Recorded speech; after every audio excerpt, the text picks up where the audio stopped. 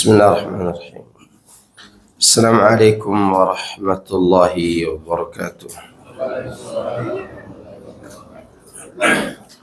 إن الحمد لله نحمده ونستعينه ونستغفره ونعوذ بالله من شرور أنفسنا وسيئات أعمالنا. من يهده الله فلا مضل له ومن يضلل فلا هادي له. وأشهد أن لا إله إلا الله وحده لا شريك له وأشهد أن محمدا عبده ورسوله صلوات ربي وسلامه عليه وعلى سائر النبيين وعلى آل كل وعلى سائر الصالحين. أما بعد. Jemaah sekalian, a'azani Allah iyakum. Alhamdulillah, kita memuji Allah Subhanahu wa taala atas limpahan nikmat yang Allah berikan kepada kita semuanya, terutama nikmat iman, nikmat Islam, dan nikmat diberikan kesempatan untuk mengamalkan syariat Islam tersebut. Selain itu kita diberikan juga kesehatan dan juga anak serta istri yang saleh dan salihah. Karena kita juga diberi nikmat oleh Allah bisa duduk di majelis ini. Kemudian adapun yang akan kita bahas pagi hari ini, yaitu kita melanjutkan sisa dari pembahasan kitab Salasatul Usul, ya, atau Al-Usul Salasah. Dan kita membahas tentang mengenal Rasulullah Sallallahu Alaihi Wasallam, mengenal perjuangan beliau, mengenal bagaimana beliau memperjuangkan Islam, serta mengenal sifat-sifat beliau. Di sini disebutkan ketika berada di kota Madinah, falamma istaqarra bil Madinati umira bi baqiyati syara'atil Islam. Ketika Nabi sallallahu alaihi wasallam tinggal di kota Madinah, beliau diperintahkan untuk menegakkan sisa-sisa syariat Islam, ya, seperti zakat, puasa, haji, azan, jihad, amar ma'ruf nahi munkar, dan selain itu dari syariat-syariat Islam. Semua itu disyariatkan di kota Madinah setelah beliau berhijrah, dan kebanyakan disyariatkan setelah 2 tahun beliau berhijrah ke kota Madinah. Akhadha ala hadha 10 sinin wa ba'daha tuwfiya. Setelah beliau melaksanakan tugas tersebut selama 10 tahun, beliau pun wafat. Sallallahu alaihi wasallam. Jadi Rasulullah SAW berada di kota Madinah berapa tahun? 10 tahun. Dan Nabi SAW memilih untuk segera kembali kepada Allah setelah melaksanakan tugas tersebut. Wa hadha dinuhu wa dinuhu baqin. Wa hadha dinuhu la khaira illa dalla al-ummata alayhi wa la syarra illa hadzaraha anhu. Dan agamanya tetap akan langgeng, tidak akan hilang. Dan inilah agama tersebut. Tidak ada satu kebaikan pun melainkan agama ini mengajarkan umat manusia untuk melakukan kebaikan tersebut. Dan tidak ada satu keburukan pun melainkan Rasulullah SAW mengingatkan umatnya dari keburukan tersebut. wal khairul ladzi dalla alaihi at-tauhid wa jami'u ma yuhibbuhu Allah wa yardahu. Dan kebaikan yang diajarkan oleh Rasulullah SAW tersebut adalah tauhid dan semua perkara yang dicintai Allah serta diridhoinya. Wa syarrul ladzi hadzara anhu syirku wa jami'u ma yakrahuhu Allah wa ya'bah. Dan keburukan yang dilarang oleh Nabi SAW atau diingatkan oleh beliau tentang keburukannya, yaitu kesyirikan dan semua yang dibenci oleh Allah serta ditolak olehnya. Inilah agama Islam tersebut. Di dalamnya terdapat sebuah kaidah besar, yaitu ad-dinu ja'a li sa'adatil bashar wa intifai syarri anhum wad darar. Itu kaidahnya. Agama yang dibawa oleh Rasulullah SAW ini datang untuk memberikan atau menyajikan kebahagiaan untuk umat manusia dan untuk menghilangkan hal-hal yang memudaratkan dari umat manusia. فَكُلُّ أَمْرٍ نَافِعٍ قَدْ شَرَعَهُ وَكُلُّ مَا يَضُرُّنَا قَدْ مَنَعَهُ. Maka setiap perkara yang mendatangkan manfaat pasti Allah syariatkan, dan setiap perkara yang mendatangkan kemudaratan pasti dilarang oleh Allah. Ini sebuah kaidah, sehingga dengan kaidah ini kita dapat memahami bahwa ajaran Nabi Muhammad SAW, baik yang disukai oleh nafsu atau tidak, bila dia berbentuk perintah, pasti di balik itu ada manfaatnya. Bila dia berbentuk larangan, pasti di balik itu ada kemudaratan apabila kita lakukan. Dan untuk menghadapinya, kita harus melawan nafsu kita. Karena tidak semua yang diajarkan Rasulullah SAW disukai oleh apa? Nafsu. Tidak semua disukai oleh syahwat manusia. Oleh karena itu, untuk memahami hikmah di balik syariat ini, kembali kepada kaidah tadi. Kaidah yang mengatakan فَكُلُّ أَمْرٍ نَافِعٍ قَدْ شَرَعَهُ وَكُلُّ مَا يَضُرُّنَا قَدْ مَنَعَهُ. Ini Islam. Kemudian disebutkan di sini, beliau melaksanakan tugas itu selama 10 tahun. Berarti Rasulullah wafat tahun berapa? Tahun 10 atau 11? Awal tahun 11 Hijriah.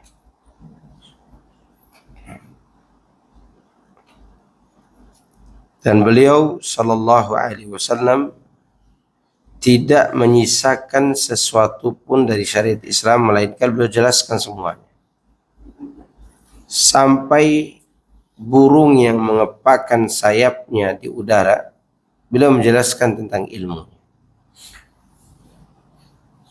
Bahkan masalah yang paling kecil menurut manusia, yaitu keluar masuk WC, diajarkan doa. Sehingga kita tidak membutuhkan lagi ajaran selain ajaran Rasulullah sallallahu alaihi wasallam. Oleh karena itu Allah katakan, al-yauma akmaltu lakum dinakum. Pada hari ini aku sempurnakan bagimu agamamu. Ibnu Katsir mengatakan, hadhihi akbaru ni'amillahi ala hadhihi al-ummah, haitsu akmala Allahu lahum dinahum, fala yahtajuna ila dinin ghairihi wala nabiyyin ghairi nabiyyihim Muhammadin sallallahu alaihi wasallam. Walihada ja'alahu Allahu khataman nabiyyin. Inilah karunia Allah atau nikmat Allah yang paling besar atas umat ini, di mana Allah mensyariatkan bagi mereka agama yang sempurna. Allah menyempurnakan bagi mereka agama mereka, sehingga mereka tidak membutuhkan tambahan ajaran selain ajaran Islam. Dan mereka tidak butuh seorang nabi pun untuk diikuti selain Nabi Muhammad sallallahu alaihi wasallam. Itulah sebabnya beliau itu dijadikan sebagai penutup seluruh para nabi, agar kita memahami bahwa tidak ada lagi yang bisa kita ikuti, yang boleh kita ikuti selain Nabi Muhammad SAW. Maka Rasulullah SAW menegur Umar bin Khattab radhiyallahu anhu yang waktu itu sedang membaca Taurat. Demikian juga Rasulullah SAW mengingatkan para sahabatnya, seandainya Musa ada di tengah-tengah kalian dan kalian mengikutinya, kalian pasti tersesat. Kata Rasulullah SAW dalam riwayat Imam Ahmad, "Lau asbaha fikum Musa, thumma ittaba'tumuhu, wa taraktumuni la dhalaltum."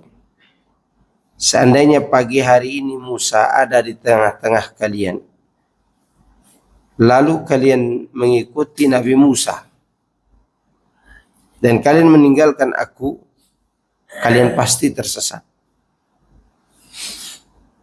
Ya, makanya orang yang sekarang lagi sibuk cari Nabi Khidir, itu orang paling sesat. Ya. Rasulullah SAW mengatakan demikian untuk mengingatkan bahwa siapapun seorang nabi yang kalian ikuti selain Nabi Muhammad SAW, maka kalian akan tersesat. Lalu bagaimana jika yang diikuti itu bukan Nabi Musa, bukan Nabi Isa, maka tentunya lebih tersesat lagi. Ya, karena yang diikuti oleh kita adalah ajaran yang sempurna ini. Dan agama yang dibawa oleh Rasulullah sallallahu alaihi wasallam ini agama yang paling mudah dari semua syariat yang pernah ada. Syariat yang paling mudah dari semua syariat yang pernah ada. Contoh puasa kemarin. Puasa umat terdahulu tidak ada makan sahurnya bila malam hari mereka tertidur. Sedangkan kita ada. Puasa umat terdahulu tidak boleh berhubungan dengan istri siang dan malam. Sedangkan kita boleh.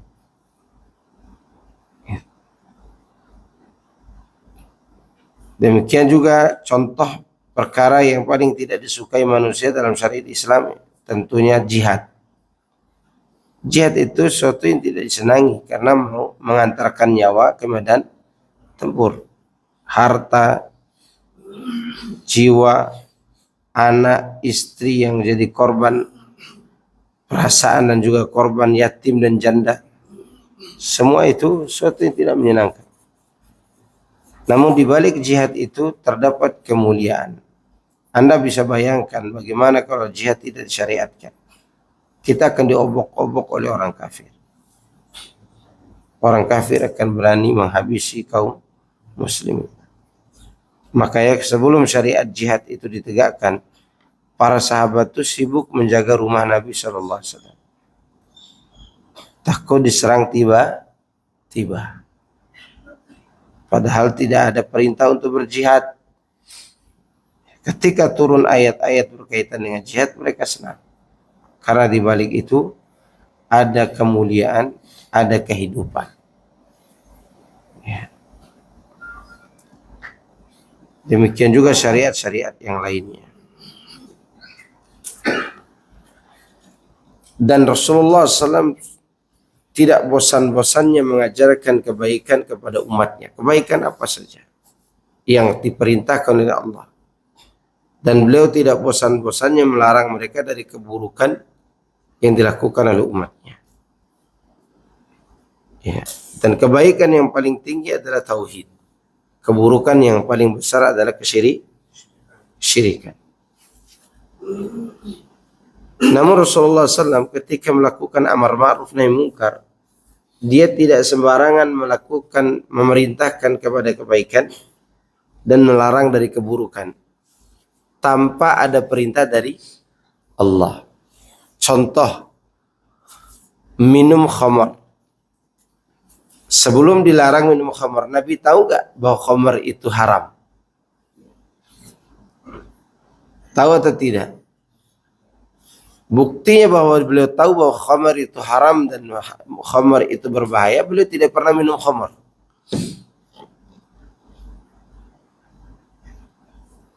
Tetapi Rasulullah SAW tidak berani melarang pamannya Hamzah dan juga kaum muslimin lainnya dari minum khamar karena belum ada perintah dari Allah untuk melarang. Contoh lagi kalimat syirik kecil yang biasa diucapkan oleh para sahabat. Di sebagian sahabat mengatakan Masya Allah wa syi'tah. Nabi SAW tahu ini sesuatu yang terlarang ini, tapi belum ada perintah dari Allah untuk melarangnya. Begitu ada seorang sahabat bermimpi ketemu Yahudi dan Nasrani, singkat cerita dalam mimpi itu diejek oleh Yahudi dan Nasrani bahwa kalian itu umat terbaik bila kalian tidak mengucapkan Masya Allah wa syi'tah. Maka turunlah perintah untuk melarang kalimat itu sehingga sampai hari ini dilarang kalimat itu atas kehendak Allah dan kehendak Muhammad. Termasuk sumpah wallah, demi Allah demi Muhammad, itu dilarang. Ya. Dulu kalimat Masya Allah syi'ta tidak dilarang karena belum ada perintah untuk melarang.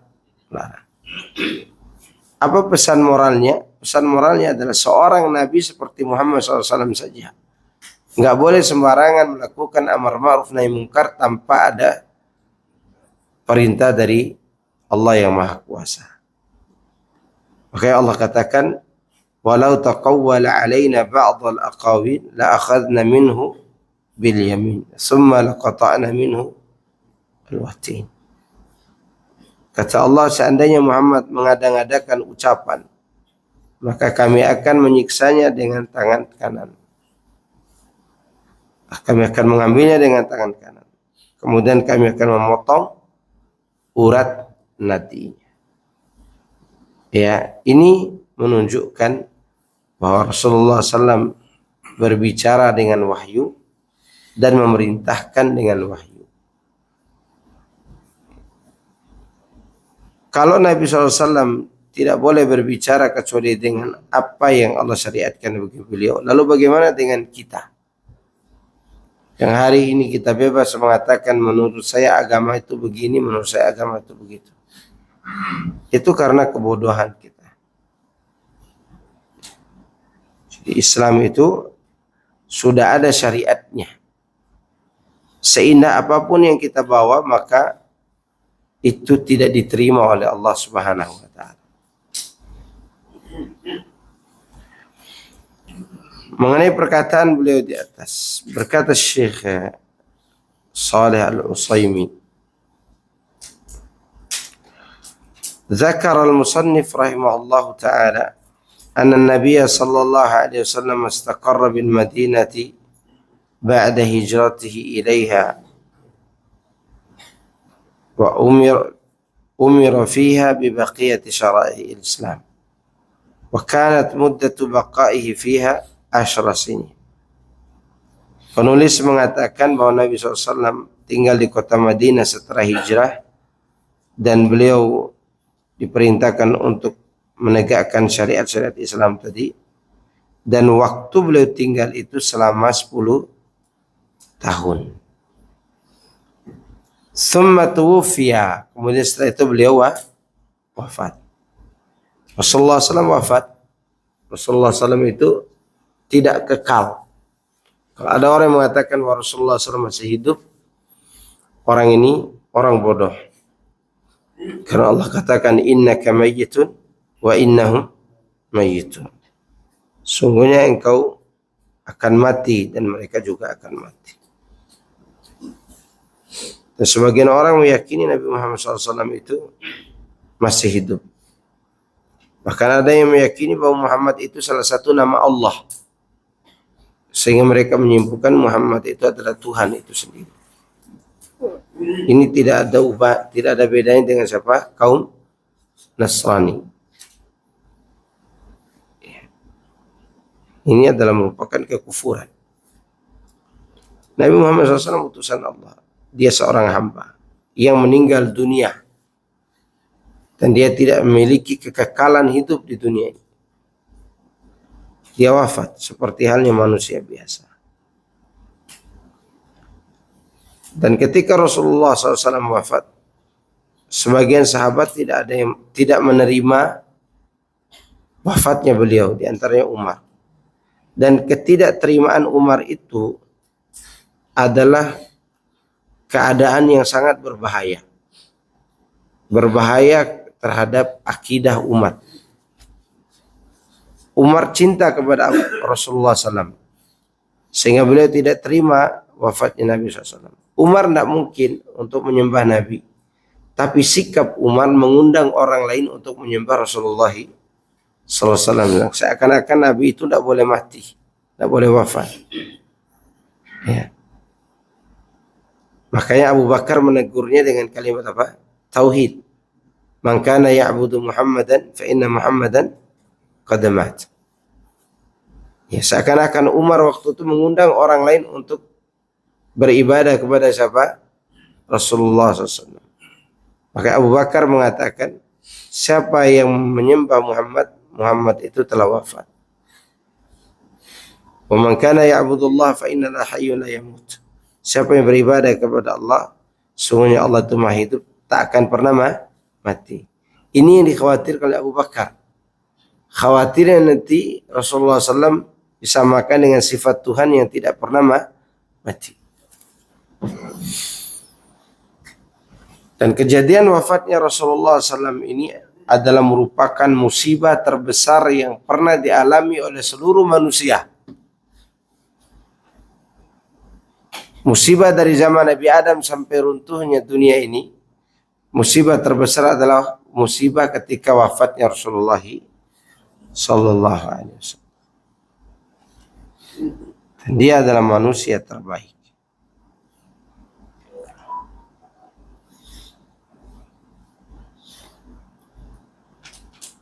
Kemudian Allah mengutus beliau, ba'athahullahu ilan nasi kafah.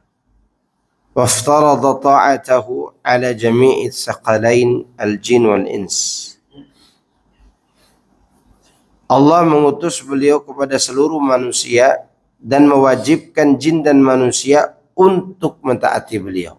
Jin dan manusia. Berarti jin mereka tidak punya nabi di kalangan mereka. Nabi mereka adalah Nabi Muhammad sallallahu alaihi wasallam. Akmalallahu lahu dinahu. Allah menyempurnakan baginya agamanya. Allah katakan al-yawma akmaltu lakum dinakum. Dan ajibnya ayat ini, ikhwan fillah rahimakumullah, diinginkan juga oleh agama lain. Yahudi menunggu ayat ini dalam Taurat. Ditunggu oleh Yahudi, ternyata tidak turun-turun di dalam Taurat. Turunnya di mana? Di dalam Al-Quran. Mereka tunggu di Injil, tidak dapat. Zabur tidak ditemukan. Dan ayat ini hanya ditemukan di dalam Al-Quranul Karim. Makanya Yahudi berkata kepada Umar, waktu itu Umar yang menjabat sebagai khalifah setelah meninggalnya Abu Bakar. Kata orang Yahudi kepada Umar, "Ya Amiral Mu'minin, innakum taqra'una ayatan fi kitabikum law 'alaina ma'syaril yahudi nazalat lattakhadna dzalika al-yawma 'ida." Wahai pimpinan kaum mukminin, sungguhnya kalian membaca satu ayat di dalam kitab kalian. Dan ayat itu seandainya turun dalam agama kami, niscaya hari turunnya ayat tersebut kami jadikan sebagai hari kebesaran, hari raya.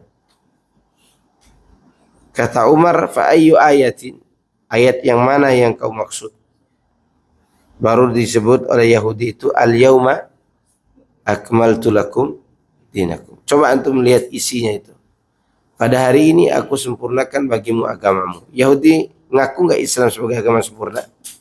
Ngaku. Karena ayat ini mau diambil oleh mereka. Berarti secara tidak langsung mereka mengakui Islam sebagai agama yang sempurna. Wa atmamtu alaikum ni'mati. Kedua, ayat itu menyebutkan dan aku sempurnakan bagimu nikmatku, yaitu diutusnya Rasulullah SAW.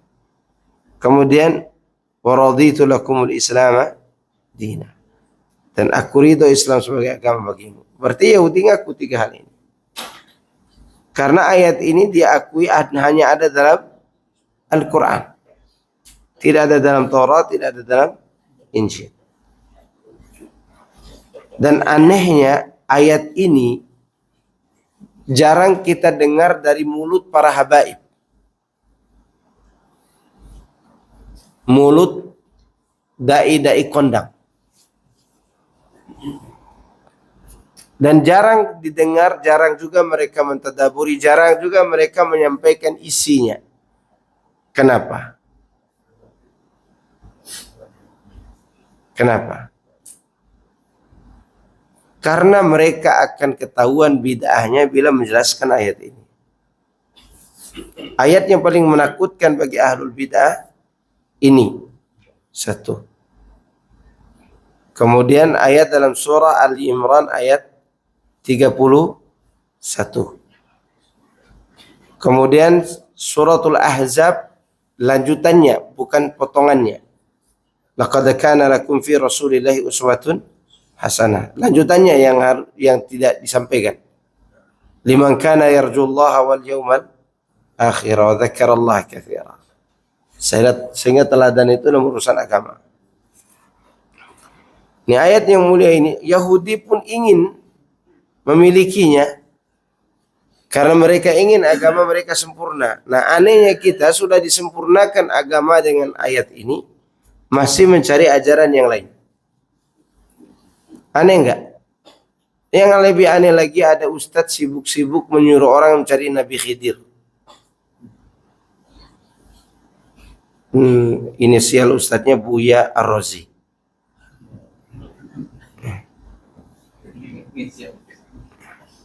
Dan ini adalah kesesatan doktrin yang dilakukan oleh orang-orang yang tidak mau kembali kepada ajaran yang sempurna ini. Ajaran Islam, ajaran yang sempurna.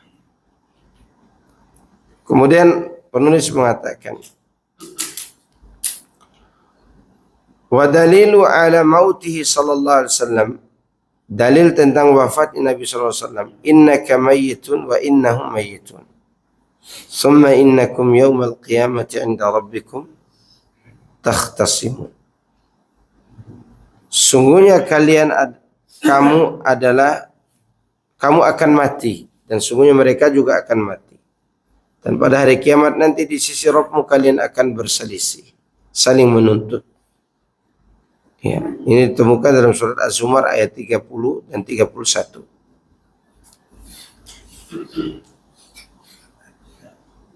Allah berfirman tentang manusia akan mati dan dibangkitkan. Wan nasu idza matu yub'atsun. Manusia itu jika telah mati mereka akan dibangkitkan. Berapa kali kita mati? Berapa kali kita hidup? 2 kali. Duluan mati apa hidup? Duluan mati apa hidup? Jangan nanti ditanya telur dulu apa ayam dulu. Duluan mati. Mati, hidup, mati, hidup lagi. Pertanyaannya apa arti mati itu sendiri? Mati setelah kehidupan dunia ini artinya apa? Diambil dari kata mata yamutu. Mautan.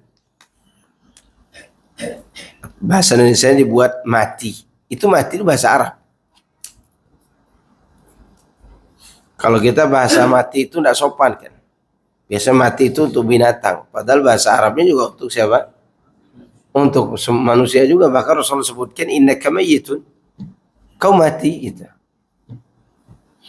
Kalau bahasa Indonesia yang sopan apa? Wafat dan meninggal. Mati itu artinya apa? Mati itu artinya intiqalur ruh min alam ila alam. Min hadhihi dar ila dari al-akhirah. Berpindahnya kehidupan ruh ini dari satu alam ke alam berikutnya. Itu namanya mata yamutu, intiqal. Dan itu kalau salah disebutkan dalam Lisanul Arab oleh Ibnu Mansur. Jadi kita akan berpindah alam. Nah, kematian setelah kehidupan berarti kematian yang kedua, itulah yang dinamakan dengan intiqalur ruh min alam ila alam. Dan manusia semua akan mati dan dibangkitkan. Mengenai manusia dibangkitkan, kalau salah saya sudah jelaskan bagaimana proses bangkitnya. Tiup sangkakala dulu yang pertama, wa nufikha fis-sur fasa'iqa man fis samawati wa man fil ardi illa man syaa Allah.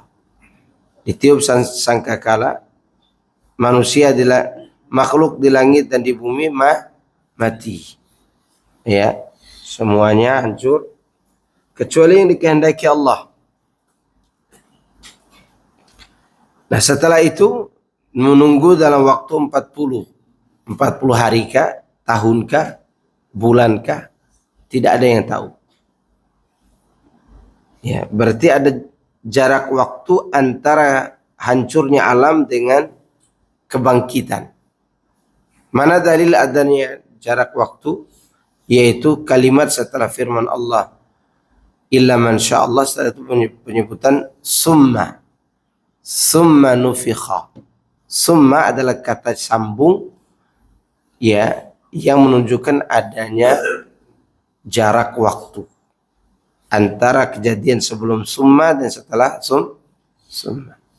Summa nufikha fi ukhra. Kemudian ditiupkan sangkakala berikutnya. Fa idzahum qiyamun yanzurun.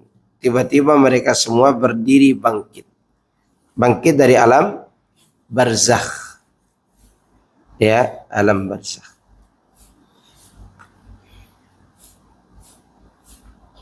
Wa dalilu ala mauti qauluhu ta'ala minha khalaqnakum wa fiha nu'idukum wa minha nukhrijukum taratan ukhra. Surat Thaha ayat 55. Dari tanahlah kami menciptakan kamu dan ke dalam tanah kami kembalikan kamu, dan darinya pula kami akan keluarkan kamu pada suatu hari nanti. Ya. Allah juga mengatakan wallahu ambatakum minal ardi nabata summa yu'idukum fiha wa yukhrijukum ikhraja. Allah lah yang telah menumbuhkan kalian dari bumi, kemudian Allah kembalikan kalian ke dalam bumi dan mengeluarkan kalian darinya juga. Ini pembicaraan mengenai kebangkitan. Sebagian orang menganggap tidak ada hari kebangkitan itu. Seperti sebagian keyakinan Syiah. Syiah itu punya keyakinan Ar-Raja'ah. Keyakinan Ar-Raja'ah itu artinya tidak ada hari kiamat yang hakiki. Yang ada adalah manusia mengalami reinkarnasi. Jadi kalau antum sekarang berbuat baik, kemudian wafat, antum akan dilahirkan kembali di dimensi waktu yang akan datang dalam keadaan sebagai manusia yang soleh. Tapi kalau sekarang antum berbuat buruk, dan kemudian meninggal, maka di waktu yang akan datang antum akan menjadi minimal jadi binatang. Ada yang jadi batu, ada yang jadi kayu. Ini keyakinan ar-raj'ah yang dimiliki oleh orang Syiah. Dan sebagian qari meyakini hal yang sama. Anak khawatir mungkin qari ini keluaran dari kejuaraan Iran mungkin. Ya. Dan betul. Salah satu sahabat seorang yang juara satu di Iran berbicara dengan ana langsung bahwa dia yakin kiamat besar itu tidak ada. Dengan keyakinan yang sama, walaupun dia mungkin tidak baca kitab Syiah. Ana tahu itu karena ana baca. Ya, karena ada di keyakinan orang di sebagian daerah tidak ada kematian, tidak ada apa? Hari kiamat. Mereka hanya yakin kita akan kembali dalam keadaan seperti ini di kehidupan dunia lagi. Nggak bosan-bosan hidup di dunia terus. Ya, makan semangka gitu. Harusnya hidup di alam surga. Bahkan dengan terang jelas mereka katakan, salah satu dari qari ini mengatakan bahwa tidak ada kehancuran alam, tidak ada kebangkitan, yang ada kehidupan di saat kita mati dalam keadaan soleh. Ya, bayangkan ada orang mati minum khamar, di masa yang akan datang jadi batu. Ya. Kemudian teman-temannya yang jadi manusia juga dibangkitkan.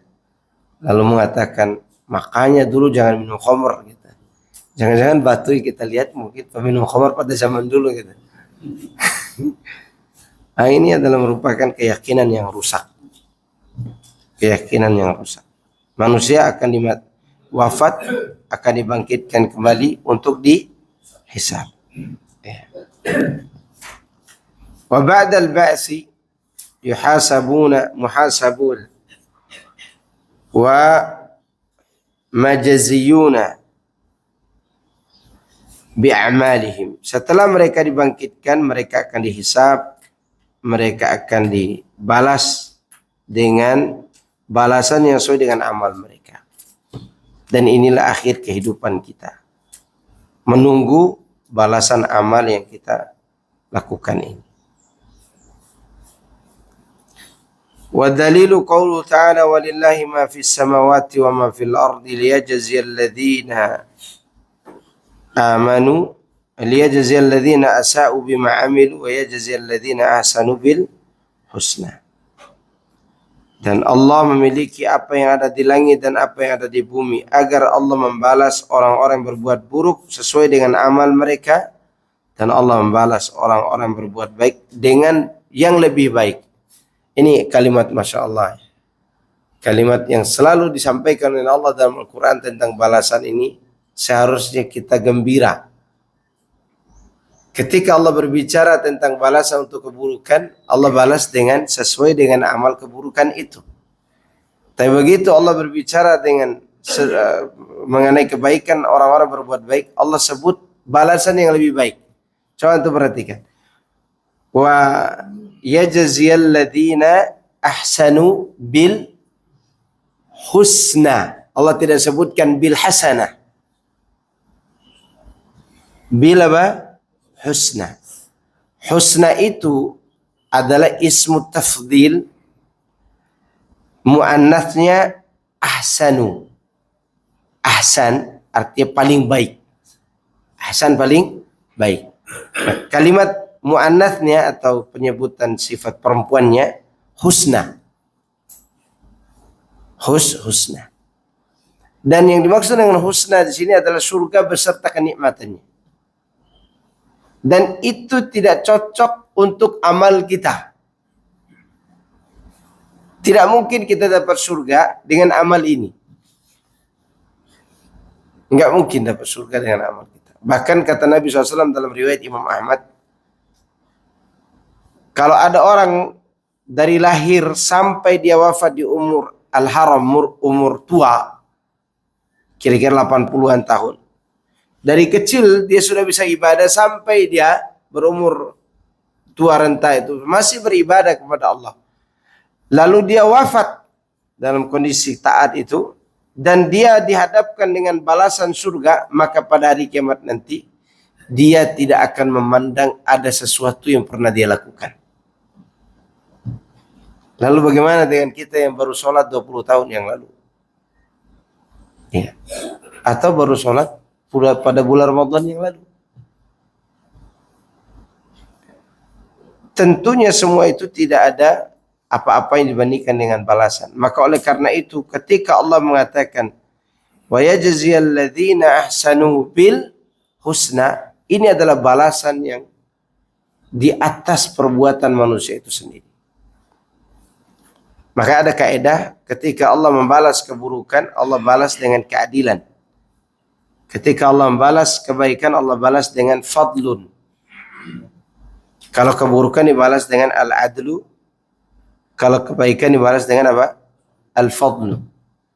Al-adlu sesuai dengan keburukannya. Al-fadlu lebih dari kebaikan.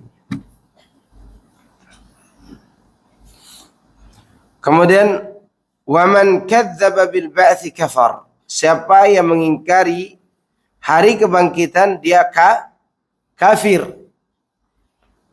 Bahaya enggak qori yang saya ceritakan tadi? Bahaya besar keyakinannya.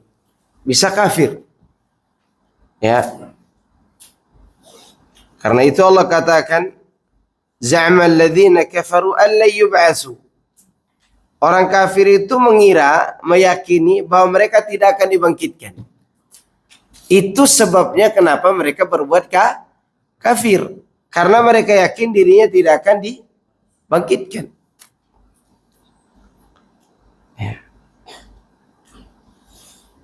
Qul bala wa rabbi latub'atsunna summa latunabba'unna bima amiltum wa dzalika 'ala Allah yasir.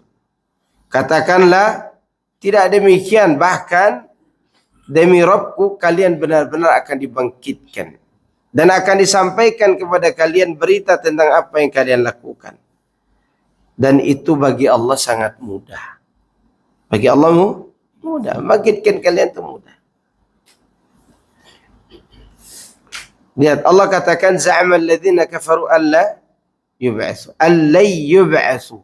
Tidak akan pernah dibangkitkan. Itu keyakinan orang kafir. Nah, kalau ada orang Islam berkeyakinan seperti itu, apa bedanya dengan orang kafir? Dan sekali lagi yang membuat orang berbuat bejat, berbuat maksiat ini karena mereka tidak meyakini hari kiamat. Maka maka Allah dan Rasulullah SAW selalu memotivasi kita untuk berbuat baik dengan ucapan beriman kepada Allah dan hari akhirat. Innama ya'muru masajidallah man amana billahi wal yaumil akhir. Yang memakmurkan masjid Allah hanyalah orang yang beriman kepada Allah dan hari kiamat. Ini urusan ibadah. Urusan akhlak. Rasulullah SAW menyampaikan tentang hal ini. Man kana yu'minu billahi wal yawmil akhir falyaqul khairan awil yasmut. Wa man kana yu'minu billahi wal yawmil akhir falyukrim jarahu. Wa man kana yu'minu billahi wal yawmil akhir falyukrim dhaifahu. Ini akhlak. Dimotivasi dengan keimanan kepada Allah dan hari kiamat. Karena orang yang beriman kepada Allah dan beriman kepada hari kebangkitan, dia yang bisa melakukan hal-hal ini. Itu yang perlu kita perhatikan. Maka oleh karena itu, orang yang mengingkari hari kebangkitan mereka adalah orang-orang kafir dan orang-orang yang selalu berbuat kemaksiatan kepada Allah Subhanahu wa taala dan menganiaya dirinya sendiri. Tapi saya kira itu yang bisa saya sampaikan di pagi hari ini karena waktu menunjukkan jam 6. Insyaallah nanti kita akan bahas sisanya pada pertemuan yang akan datang. Dan ini yang terakhir. Ada bertanya? Rasulullah kan wafat dikuburkannya di tempat dia tidur. Lalu Abu Bakar di sebelahnya. Kemudian Umar di sebelah. Bagaimana dengan Bunda Aisyah setelah itu tinggal di sana? Di Baki. Ya, intinya kan masih hidup kan? Iya, karena ya oke. Waktu dia hidup, kamar Rasulullah SAW itu ada dua. Ini pembatasnya. Di sini kamar yang ada atapnya. Di sini kamar tempat beliau berduaan dengan Rasulullah SAW. Iya. Ini kamar yang tidak ada atapnya. Nah, disinilah Rasulullah dikuburkan. Rasulullah biasanya bermesraan dengan Aisyah di sini waktu masa hidupnya. Ya. Berarti Aisyah masih punya kamar nggak? Punya kan? Ini. Rasulullah dikuburkan di situ. Demikian juga Abu Bakar. Dan tapi ini di tembok, tetap di tembok. Yang tidak ada atapnya juga di tembok. Aisyah ketika Rasulullah SAW wafat dan Abu Bakar dikuburkan juga di situ, beliau kalau keluar dari kamarnya ini, beliau masih tidak pakai jilbab, artinya kan di dalam ruangan. Ya.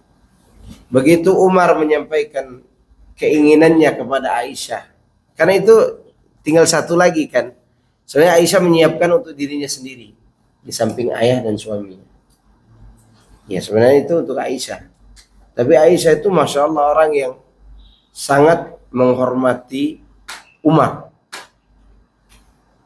Dan sangat mengagumi Umar dalam hal ibadah kepada Allah. Setelah suami dan ayahnya. Ketika Umar meminta izin kepada Aisyah agar yang tersisa itu dipakai untuk menguburkan beliau. Maka Aisyah radhiyallahu anha dengan kerelaan hati dan keridhaan dia pun memberikan tempatnya itu. Nah setelah Umar dikuburkan di situ, Aisyah kalau keluar kamar dia pakai cadar ke situ. Umar itu sudah wafat. Saking sucinya Aisyah itu menjaga kesucian diri, dan ini bantahan bagi mereka yang mengatakan Aisyah berzina. Jangan kata depan orang yang masih hidup, depan makamnya Umar saja beliau masih menjaga auratnya. Sejak ada pemakaman Umar di situ, beliau tidak keluar tempat itu kecuali pakai apa? Cadar bahkan. Itu tutup lengkap auratnya. Itu kamar Aisyah. Jelas? Ada lagi? Cukup? Terkait masalah sholat sunnah ya, Ustaz, ya. Misalnya kita datang ke masjid 10 menit sebelum azan. Kan kita diperintahkan sholat sebelum kita duduk kan gitu. Tapi ada waktu terlarang itu, Ustaz.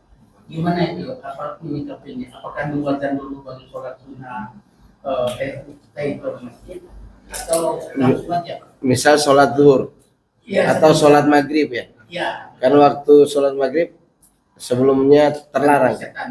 Iya. Iya. Gimana itu? Wallahu a'lam. Ya. Sholat tahiyatul masjid termasuk sholat mutlak yang boleh dilakukan kapan saja. Itu sebagian pandangan para ulama. Dan ada yang juga berpendapat bahwa kemutlakan kebolehan itu hanya berlaku di Masjidil Haram. Karena di Masjidil Haram tidak ada waktu terlarang kecuali satu waktu, yaitu waktu imam naik mimbar sholat Jumat di Masjidil Haram.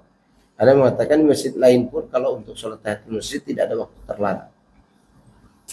Wallahu a'lam. Saya sebenarnya tidak sholat kalau saya di waktu yang terlarang. Anak pribadinya. Anak pribadi. Nunggu azan. Sholat 2 rakaat. Wallahu a'lam. Ada penjelasan di medsos terkait dengan masalah rahmatnya Allah adalah salah satu utama masuk surga. Iya.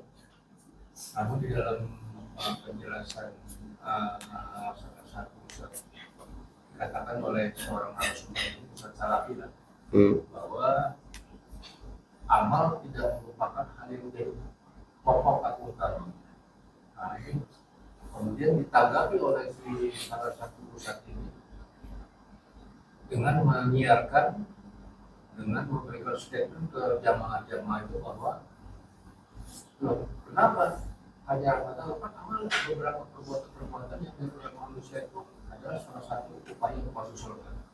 Nah, bagaimana kan amal Ustaz atau untuk bukan mengkanter lah ya, mensinkronkan. ya menjelaskan kepada Baik. secara itu suatu penjelasan yang terputus menurut anak. Iya, terputus betul, masya Allah. Nah, tapi si Ustaz ini dengan alhamdulillah tokohnya dengan memberikan penjelasan kepada jamaahnya, kalau ini gimana? Mau berjelasan? Tapi amal itu adalah sesuatu yang kita lakukan untuk bahasa kita, bahasa mudanya, memancing datangnya rahmat Allah. Yang kemudian dengan rahmat itulah kita masuk surga. Maka ada hadis mengatakan irhamu man fil ardi yarhamkum man fis sama. Sayangilah makhluk di bumi ini, saya Allah yang di langit akan menyayangi kalian. Jadi amal kita itu adalah sesuatu yang mengundang datangnya rahmat Allah Azza wa Jalla. Nah, untuk masuk surga kalau ditimbang dengan amal kita tidak cukup.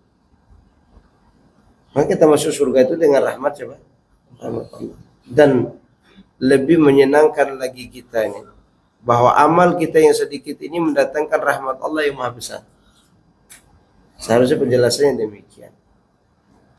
Artinya kalau ditimbang dengan amal saja tidak cukup. Tidak cukup. Surga itu mahal. Mahal. Hatta kita berjihad setiap hari tidak dapat membayar surga itu. Namun dengan jihad itu kita dapat mengundang rahmat Allah Azza wa Jalla. Dan rahmat Allah yang kita dapatkan dari amal kita itu bertingkat-tingkat sesuai dengan jenis amal yang kita lakukan. Ya. Dan amal yang paling besar mendatangkan rahmat Allah ya zikir. Zikir kepada Allah Subhanahu wa taala. Wallahu a'lam. Jadi tidak serta-merta murni amal kita yang masukkan kita ke surga. Namun sekali lagi amal itu mengundang rahmat Allah Azza wa Jalla. Mas sekarang kita ini beramal untuk apa? Cari perhatian Allah kan. Cari perhatian Allah. Kalau amal kita dirahmati oleh Allah, maka kita masuk surga. Kalau tidak, ya tidak. Maka tidak semua orang beramal masuk surga. Mana dalilnya tidak semua orang beramal masuk surga? Wujuhu yawma idzin khasyiyah amilatun nasibah tasla naran hamiyah. Wajah-wajah pada saat itu terlihat khusyuk, takut. Padahal dia telah letih beramal. Amilatun nasibah. Telah letih beramal. Ada yang menafsirkan letih beramal di dunia, ada yang mengartikan karena keletihan nanti dia mau kiamat. Apa ujungnya? Tasla naran hamiyah. Qul hal nunabbi'ukum bil akhsarina a'mala alladzina dhalla sa'yuhum fil hayati dunya.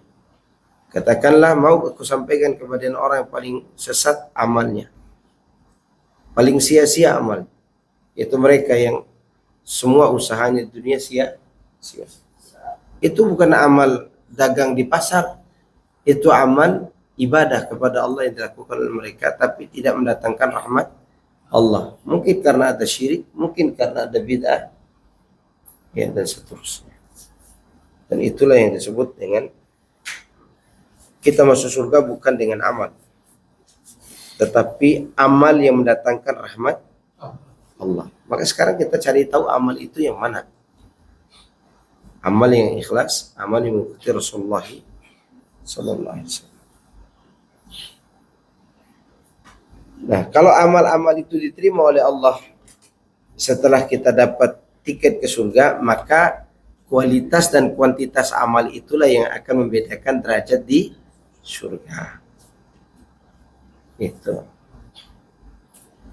Derajat kita di surga berbeda dengan perbedaan apa? Amal. Dan amal itu meliputi bukan perbuatan kita saja, meliputi perbuatan anak kita juga. Ya. Antum menghafal Quran hanya juz 30. Anak antum masuk surga dengan 30 juz. Kira-kira derajat antum dengan anak antum tinggian mana? Anak apa antum? Anak.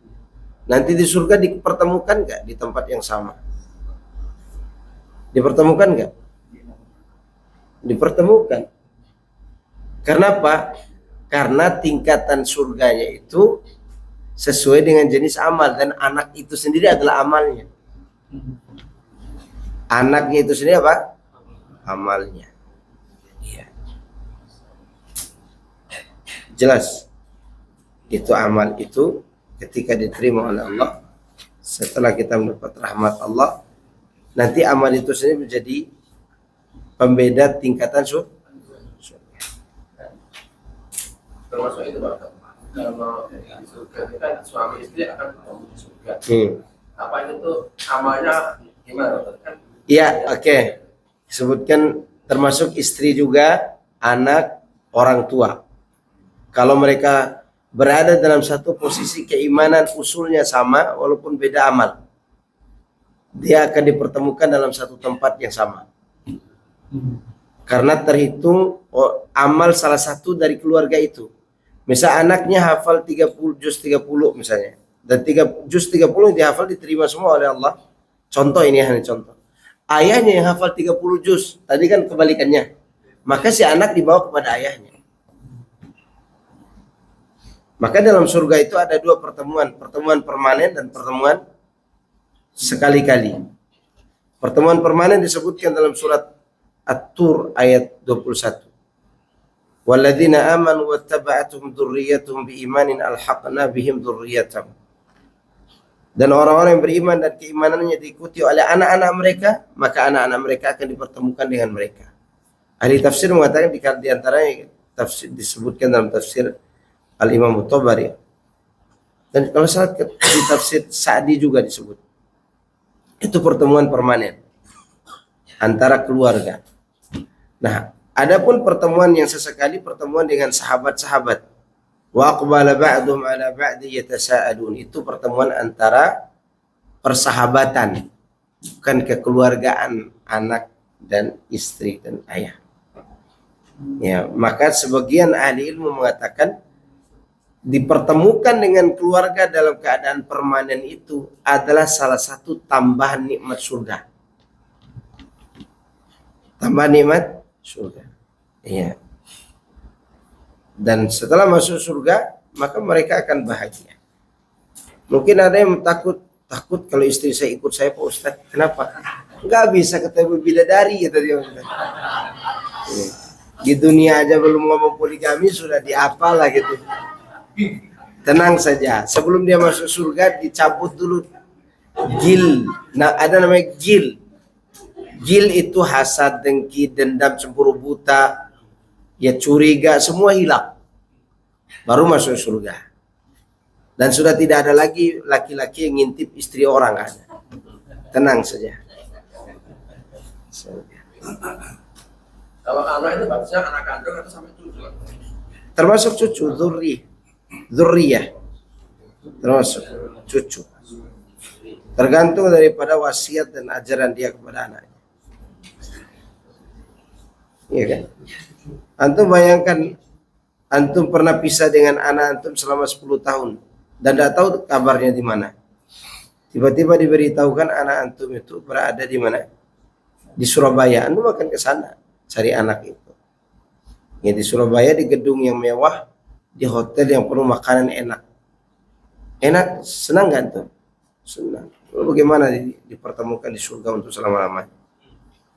Setelah sekian ratus tahun, bahkan ribuan tahun kita meninggal dunia mungkin, baru dipertemukan di surga.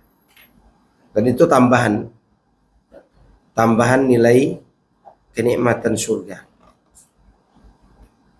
untuk orang-orang yang berhasil mendidik anak dan istrinya.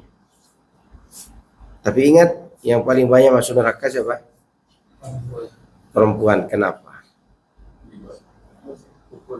Karena selalu durhaka sama suaminya, maka dimasukkan ke neraka. Ya, oleh karena itu dibuat banyak bidadari itu, di antara hikmahnya itu. Ya, di antara hikmahnya itu. Karena banyaknya kaum wanita yang durhaka pada suami. Wanita itu bisa sholat, bisa puasa. Yang sulit bagi wanita apa? Taat pada suami. Kenapa dia sulit taat pada suami? Ya dia lihat di balik punggungnya ada tompel, bekas luka, kemudian tingkah laku setiap hari aibnya kelihatan. Ya sulit mentaati orang yang kelihatan aibnya. Bagi wanita yang soleha, dia tidak memandang aib suaminya. Dia memandang tugasnya sebagai seorang istri. Makanya Khadijah radhiyallahu anha adalah sosok wanita terbaik di umat Muhammad sallallahu alaihi wasallam. Nggak pernah nanya kamu mau kemana, dari mana, nggak pernah. Arti nanya aja nggak pernah, apalagi curiga gitu. Maka ketika Nabi pulang dalam keadaan menggigil, dia tidak katakan, makanya jangan keluyuran di Gua Hira gitu. Nggak ada. Antum pulang menggigit, pulang dari pancingan gitu, istri itu ngomong, makanya jangan mancing melulu digigit lele gitu kan. Lihat Khadijah pulang, begitu pulang, suaminya diselimutin, suaminya dirawat, diberitahukan bahwa kau laki-laki baik, penyambung silaturahmi, tidak mungkin disia-siakan Allah. Ya pantas Khadijah dapat salam dari Allah. Ya, dapat salam dari siapa? Dari Allah. Nah, istri-istri zaman sekarang dapat salam dari malaikat maut. Gimana coba?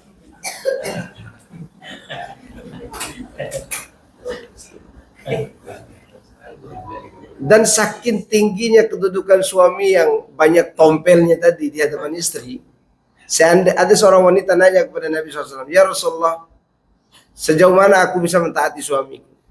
Seandainya suami yang punya luka, nanah, dan membusuk, lalu kau jilat-jilat supaya sembuh, engkau belum mentaati suamimu.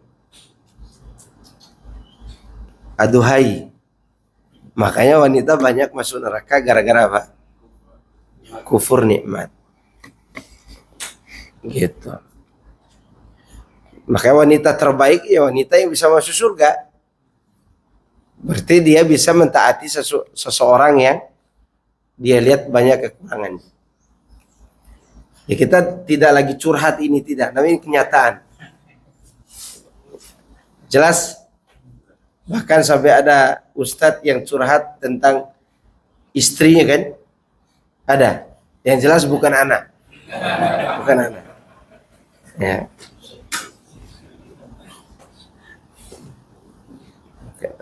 Tapi saya kira cukup. Subhanakallahumma wa bihamdika, asyhadu an la ilaha illa anta, astaghfiruka wa atubu ilaik. Wassalamualaikum warahmatullahi wabarakatuh.